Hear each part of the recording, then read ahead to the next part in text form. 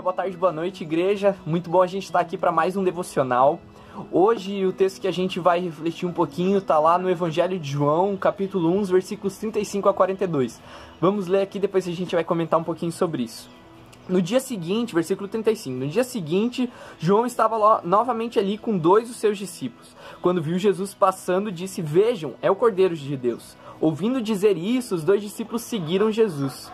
Voltando-se e vendo Jesus que os dois seguiam, perguntou-lhes: "O que vocês querem?" Eles disseram: "Rabi", que significa mestre, "onde estás hospedado?" Respondeu ele: "Venham e verão." Então foram por volta das 4 horas da tarde. Viram onde ele estava hospedado e passaram com ele aquele dia. André, irmão de Simão Pedro, era um dos dois que tinham ouvido o que João disse e que haviam seguido Jesus. O primeiro que ele encontrou foi Simão, seu irmão, e lhe disse: "Achamos o Messias, isto é, o Cristo." E o levou a Jesus. Jesus olhou para ele e disse: "Você é Simão, filho de João. Será chamado Cefás", que traduzido é Pedro. A gente vê algumas coisas muito preciosas do que acontece entre a relação desses discípulos e Jesus. A primeira pergunta de Jesus para aqueles dois discípulos é: o que vocês querem? E também é uma pergunta para nós.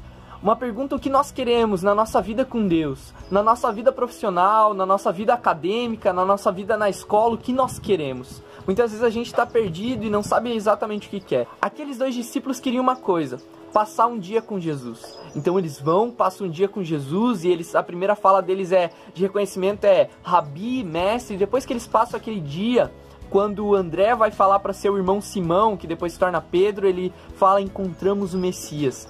Em um dia que eles passaram uma tarde e uma noite com Jesus, eles tiveram um outro conceito de quem Jesus era. Não apenas um mestre, um rabi, mas o próprio Filho de Deus, o Messias.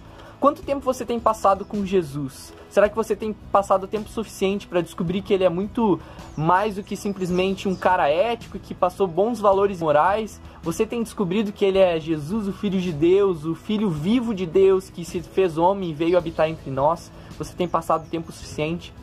E outra, você tem feito como André, de levar o evangelho para os seus parentes próximos, para os seus amigos? Foi uma forma tão natural que André fez isso e é um desafio também para nós. Que a gente possa se desafiar a passar tempo com Jesus para ver que ele é realmente o Messias e que a gente possa falar do amor dele para outras pessoas. Fica o desafio para mim e para você.